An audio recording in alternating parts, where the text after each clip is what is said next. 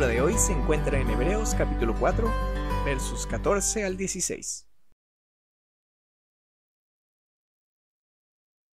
Por lo tanto, y ya que en Jesús el Hijo de Dios tenemos un gran sumo sacerdote que traspasó los cielos, retengamos nuestra profesión de fe. Porque no tenemos un sumo sacerdote que no pueda compadecerse de nuestras debilidades, sino uno que fue tentado en todo, de la misma manera que nosotros, pero sin pecado. Por lo tanto, acerquémonos confiadamente al trono de la gracia, para alcanzar misericordia y hallar gracia para cuando necesitemos ayuda. Ahí está. En la debilidad, tú eres nuestra ayuda oportuna. Hoy día seguimos con la serie de mensajes basados en el libro de Hebreos. Y hoy día lo que voy a hacer es que voy a explicar básicamente los últimos versículos del capítulo 4 del libro de Hebreos. Ustedes pueden ver ahí la cita en la diapositiva, los tienen en la pantalla. Y la pregunta que yo voy a responder en esta mañana es cómo nosotros como familia, de manera individual, como iglesia, cómo tú y yo podemos enfrentar nuestras debilidades. Y esto tiene que ver con nosotros, porque nos va a ayudar a pensar en cuál es la actitud de nuestro corazón frente a las tentaciones. ¿Dónde nos estamos apoyando para poder lidiar con nuestras flaquezas?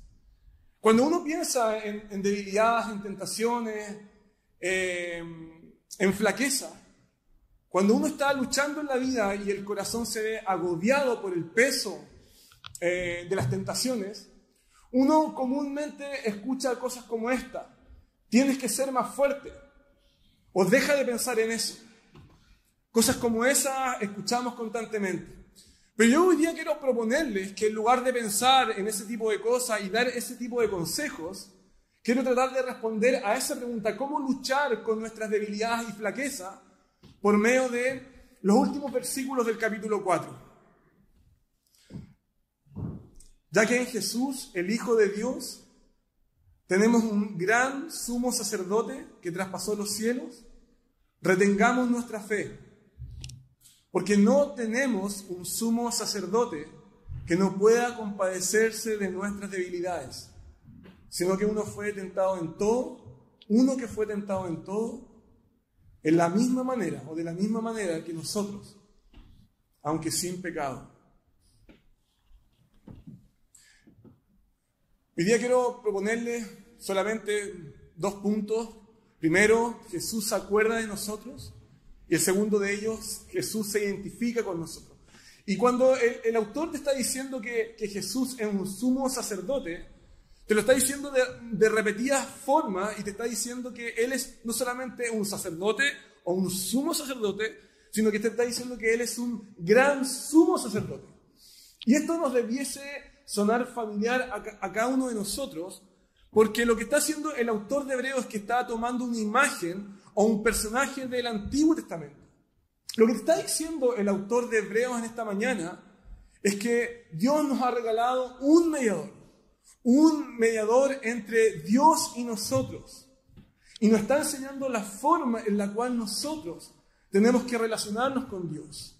Esto es lo que sucedía en el Antiguo Testamento.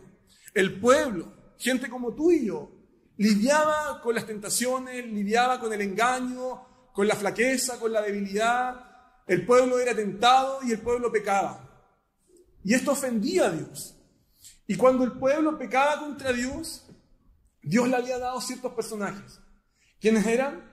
Los sumos sacerdotes. Y los sumos sacerdotes eran mediadores entre Dios y el pueblo. ¿Qué hacían? Ellos tomaban un animal perfecto, intachable, sin mancha. Ellos sacrificaban y descuartizaban el animal, tomaban la sangre, iban donde Dios estaba, que era el lugar santísimo, un lugar especial donde se encontraba la presencia de Dios, y los sumos sacerdotes oraban por el pueblo y le pedían a Dios que perdonara al pueblo. Y esto solamente lo hacían una vez al año. Y otra de las cosas que nosotros vemos en el Antiguo Testamento de estos sacerdotes o sumos sacerdotes es que sus vestimentas eran especiales. Su ropa era de una manera particular. Ellos llevaban en su ropa los nombres de cada grupo, de cada tribu, para poder acordarse de ellos. Y claramente esto era una imagen que apuntaba al Evangelio, era una imagen que apuntaba a lo que Jesús iba a hacer por nosotros, lo que Él hace por sus seguidores. Este es el llamado que Dios nos está haciendo en esta mañana para nuestra vida. Cada día nosotros estamos luchando y lidiando con nuestra debilidad. Somos tentados, flaqueamos, el engaño nos asedia, un sinnúmero de flaqueza en nuestra alma, en nuestro corazón. Y la razón por la cual muchas veces no hay victoria en tu vida, la razón por la cual muchas veces tú cedes al pecado, es porque en lugar de luchar con las fuerzas de Jesucristo, luchamos con nuestra propia fuerza, con nuestro propio poder, en lugar de pedir ayuda a Cristo. En lugar de eso, en lugar de ir a Cristo y luchar con sus fuerzas, nosotros nos miramos más a nosotros mismos, a nuestro pecado, nuestras habilidades, nuestra inteligencia, nuestra fortaleza, en lugar de mirar más a Cristo. Buscamos salir del pecado con nuestra propia disciplina espiritual, con nuestros métodos, con nuestras formas, con nuestras capacidades, en buscar de ir más a Cristo. Y las buenas noticias del Evangelio es que Dios nos ha dado a su Hijo, 100% Dios, 100% hombre, como nuestro gran y único mediador. Queridos amigos, los sacerdotes, los pastores, los líderes religiosos, los chamanes, los consultores espirituales, todos ellos son débiles y flaquean. Ninguno de ellos ha podido entrar al cielo por medio de sus propios méritos. Pero Jesucristo, por su propia obediencia en su vida y en su muerte, lo que el texto bíblico te está diciendo es que Él traspasó los cielos. Y la Biblia nos enseña en el libro de Hebreos que los cielos es la misma presencia de Dios. Y en ese lugar donde Dios está, Jesús se acuerda de sus seguidores. Él lleva los nombres de sus seguidores en su propio corazón, como lo hacían antiguamente los sumos sacerdotes en sus vestimentas. ¿Cuáles son las implicancias de eso para nuestras vidas? Que si tú has sido llamado por Dios, si tú eres un seguidor de Cristo, Él se acuerda de ti delante del Padre y pide por ti delante del Padre. Y la Biblia nos enseña esta misma idea de diferentes ejemplos, de diferentes maneras. Te voy a dar un ejemplo. Cuando faltaba poco para que Jesús fuese a la cruz, Jesús fue expuesto a la tentación. Dice que Pedro en algún momento llamó a Jesucristo para poder persuadirlo, para poder reconvenirlo.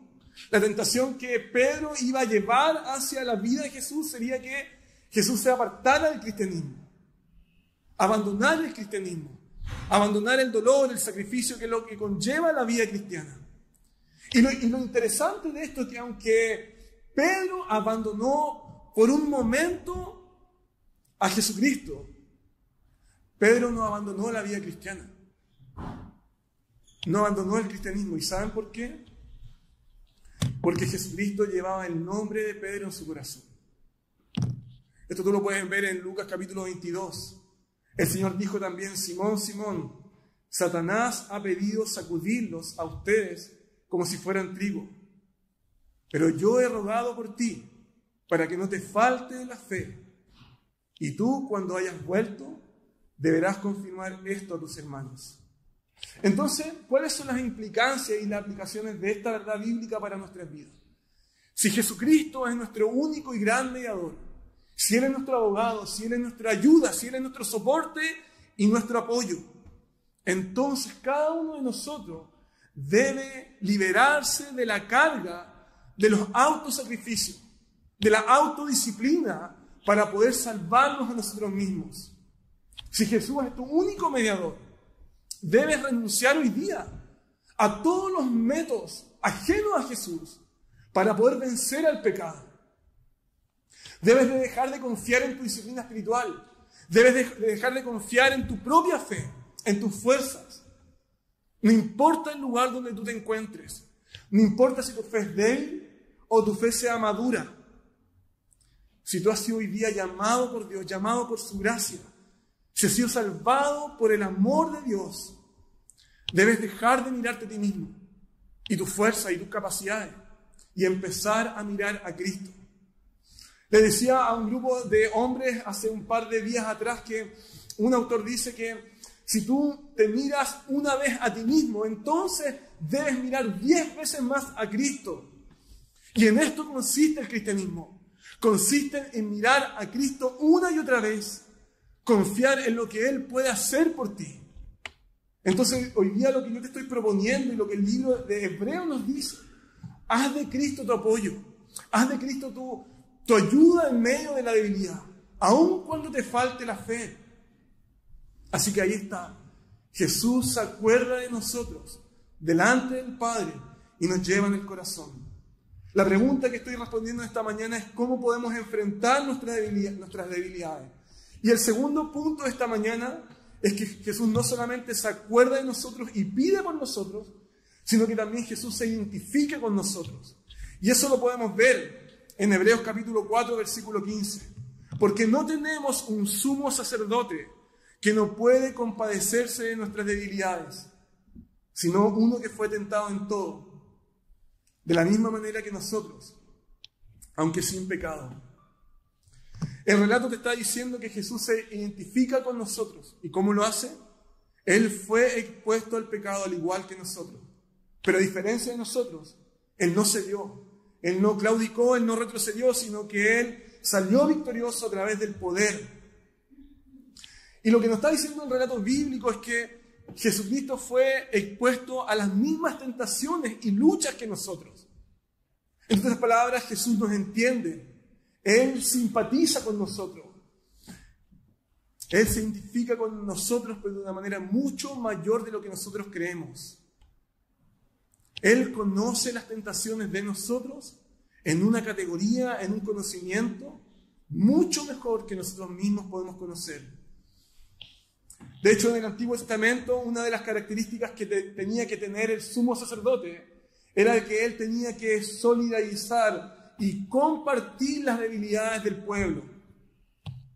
Y cuando Jesucristo estaba a punto de ser tentado, a punto de ir a la cruz, vemos que un miembro del grupo cercano viene a él y lo traiciona, que no es Judas. Y Juan, el autor del Evangelio, escribe esto cuando sucede eso. Dice lo siguiente: Jesús se conmovió en espíritu y declaró: de cierto les digo, que uno de ustedes me va a entregar. Si ustedes logran ver ahí esa frase, Jesús se conmovió en espíritu, significa que Jesús estaba siendo sacudido espiritualmente. No significa que Jesús cedió, no significa que Jesús claudicó, ni fue tentado y pecó. Significa que su corazón, que él espiritualmente estaba siendo conmovido, sacudido, zarandeado en su corazón. Que la traición de Judas espiritualmente a Cristo no le dio lo mismo.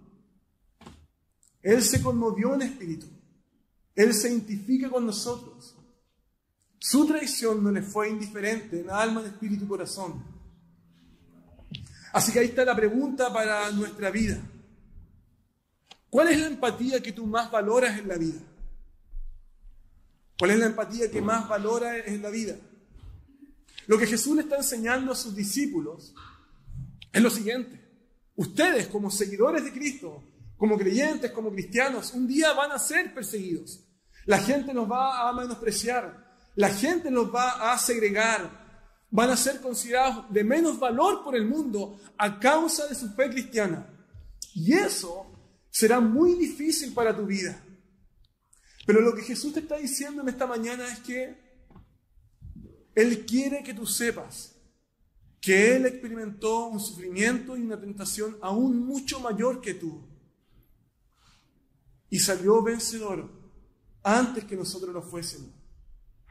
Y lo que Jesús te está diciendo en esta mañana es que si tú confías en Él y en su palabra y en su espíritu, ustedes van a recibir poder para poder vencer. ¿Cuál es la empatía que valoras más en tu vida? Muchas veces nosotros queremos que otras personas se sientan identificados con nuestros problemas, con nuestro dolor, en el fondo con nuestras luchas, y decimos cosas como esta: tú no me entiendes, tú no sabes lo que yo estoy pasando, en realidad tú nunca has estado en mi lugar, y eso trae frustración a nuestras vidas, trae amargura y trae dolor. Y nosotros creemos que nadie se puede identificar con nosotros en nuestras luchas y en nuestra posición. ¿Y sabes qué? Eso es una gran mentira de Satanás. Porque lo que el texto te dice es que hubo uno que sí se identificó contigo. Uno que luchó y vivió lo mismo que tú puedes vivir, en una categoría y dimensión mucho mayor. Cuando Jesucristo estaba con Pedro, Pedro lo tomó aparte. Y Pedro quiso convencer a Jesucristo que el cristianismo no se tenía que vivir de esa forma. Pedro va y toma a Jesús y lo lleva aparte y le dice: Jesús, esa no es la ruta, mejor ven aparte. ¿Y qué fue lo que Jesús le dijo? Le dijo: quítate de mí delante de Satanás. Lo que Pedro estaba pensando en su vida es que el cristianismo no lleva sufrimiento, no lleva sacrificio, no lleva dolor. Y Pedro le estaba llevando a una ruta alternativa a Cristo. Pero, queridos hermanos y amigos, el Evangelio, la vida cristiana, sí conlleva dolor, sí conlleva autonegación, sacrificio, dolor, entrega, dejar nuestra voluntad a un lado para hacer la voluntad del Señor. Eso fue lo que Jesús le dijo. Entonces Jesús se volvió a ver a los discípulos y reprendió a Pedro y le dijo: aléjate de mí, Satanás, porque tú no piensas en las cosas de Dios, sino en las cuestiones humanas. ¿Te diste cuenta dónde está el error de Pedro? Pedro no puso su mirada, su vista, su corazón en las cosas de Dios. ¿Y cuál es la principal cosa de Dios? Su Hijo, su vida, su muerte y su resurrección en la cruz. Por eso que cuando el apóstol Pablo le escribe a los romanos, Pablo le dice a los romanos que existe una gran protección, un gran poder que está disponible para nosotros para poder luchar contra la tentación y contra el engaño de Satanás. Pablo le dijo a los romanos: ¿quién acusará a los escogidos de Dios? Dios es el que justifica. ¿Quién es el que condenará? Cristo es el que murió, más aún el que también resucitó, el que además está a la derecha de Dios e intercede también por nosotros. Déjame darte una ilustración. Imagínate que tú un día vas a la playa con tu familia y tu hijo sale de tu lado y va y se introduce al medio del mar. Y de repente, en medio de que está él nadando, tú ves que él se empieza a hundir y se está ahogando. Y empieza a chapotear en el agua. Y tú vas y te tiras dentro del mar y empiezas a nadar para poder salvarlo. Y mientras lo quieres abrazar para poder salvarlo, él toma tu mano y la corre de ti. Y te dicen: no me salves tú, lánzame un salvavidas. ¿Qué es lo que harías? ¿Qué pensarías de tu hijo? Queridos hermanos, cuando nosotros luchamos con nuestras propias fuerzas, con nuestra capacidad, cuando nosotros nos lamentamos y tratamos de salir del pecado y de la flaqueza y de las debilidades, con nuestra forma, eso se llama autosalvación. ¿Por qué razón? Porque vas a estar dependiendo de tus propios méritos, de tu fuerza, de tus capacidades, incluso hasta de tu fe, de tu mundo espiritual, de tu disciplina espiritual. ¿Qué harías? ¿Qué harías si un hijo tuyo hiciera eso? ¿Lo dejarías entonces hundirse con sus propias fuerzas hasta que él llegase a morir? ¿O lo abrazarías y lo salvarías? Eso es lo que hace Jesús por nosotros. Jesús, a través de este texto y relatos bíblicos, nos está enseñando cuál es la ruta, cuál es el camino, cuál es la forma de poder lidiar contra el pecado. Por eso que cuando Jesús estaba con sus discípulos, le dijo a ellos: yo no ruego para que los quites del mundo, se lo dijo a su Padre, sino que para que los protejas del mal. Entonces, si Jesús se identifica con nosotros y compartió nuestras debilidades, si Él fue tentado en todo, pero sin pecado, ¿cuál es la empatía que tú estás buscando en la vida? Cuando tu lucha se hace pesada, cuando nadie se pone en tus zapatos, cuando la gente no te entiende, cuando la gente no logra comprender con lo que estás lidiando en la vida y cuando la gente pone más carga en tus hombros de la que tú puedes llevar. ¿Qué empatía es la que estás buscando? ¿La de otra persona? ¿La de un jefe? ¿La de tu esposa? ¿La de un hijo? ¿La de la sociedad? ¿Cómo está reaccionando tu corazón a eso? Si Jesús es tu único mediador, si Jesús es tu único ayudador, si Él es tu único intercesor, si Él se identificó contigo, entonces tienes que parar con esta idea de nadie me entiende, nadie se pone en mis zapatos, nadie se pone en mi lugar, nadie me comprende. Porque eso se llama autocompasión, autosacrificio. Y la autocompasión invalida a Cristo, invalida el Evangelio. Y es un engaño de Satanás. Si tú construyes tu vida en torno a Cristo y en torno a Jesús y en torno a su ayuda, tu vida se desarrollará con mayor humildad. ¿Y sabes por qué? Porque serás más dependiente de Jesús. Cada persona que lucha con sus capacidades y sus fuerzas se transforma en una persona más orgullosa y terca en la vida. Pero cada persona que lucha con las fuerzas de Jesús y con su ayuda se transforma en alguien mucho más humilde. Dios te creó para ser dependiente de Él, dependiente de Dios y de su Hijo, de su palabra y de su Espíritu Santo. Y si tú dependes de Cristo, de su ayuda, de su palabra, de su evangelio y de la obra del Espíritu Santo, el poder de Cristo se desarrollará en tu vida. El poder de Cristo llegará a tu corazón y a tu alma. Serás más como Cristo, con más poder, mayor obediencia, mayor humildad. Y esta es la gracia que tú hoy día necesitas para poder lidiar con el pecado, con tus flaquezas y con el engaño. Lo que el texto bíblico nos está diciendo es que ahora Cristo está en su trono y está rogando por nosotros. El pecado, queridos hermanos y amigos, el pecado para aquellos que están en el lugar de la gracia, en este lugar del Evangelio, el pecado ya no nos domina, ya no es nuestro amo ni nuestro Señor, porque hemos pasado a ser esclavos del pecado, a ser siervos de aquello que hace lo bueno, siervos de aquello que es recto, justo y agradable delante de Cristo. Por lo tanto, hoy día Cristo te dice, confía en mí, depende de mí. ¿Por qué razón?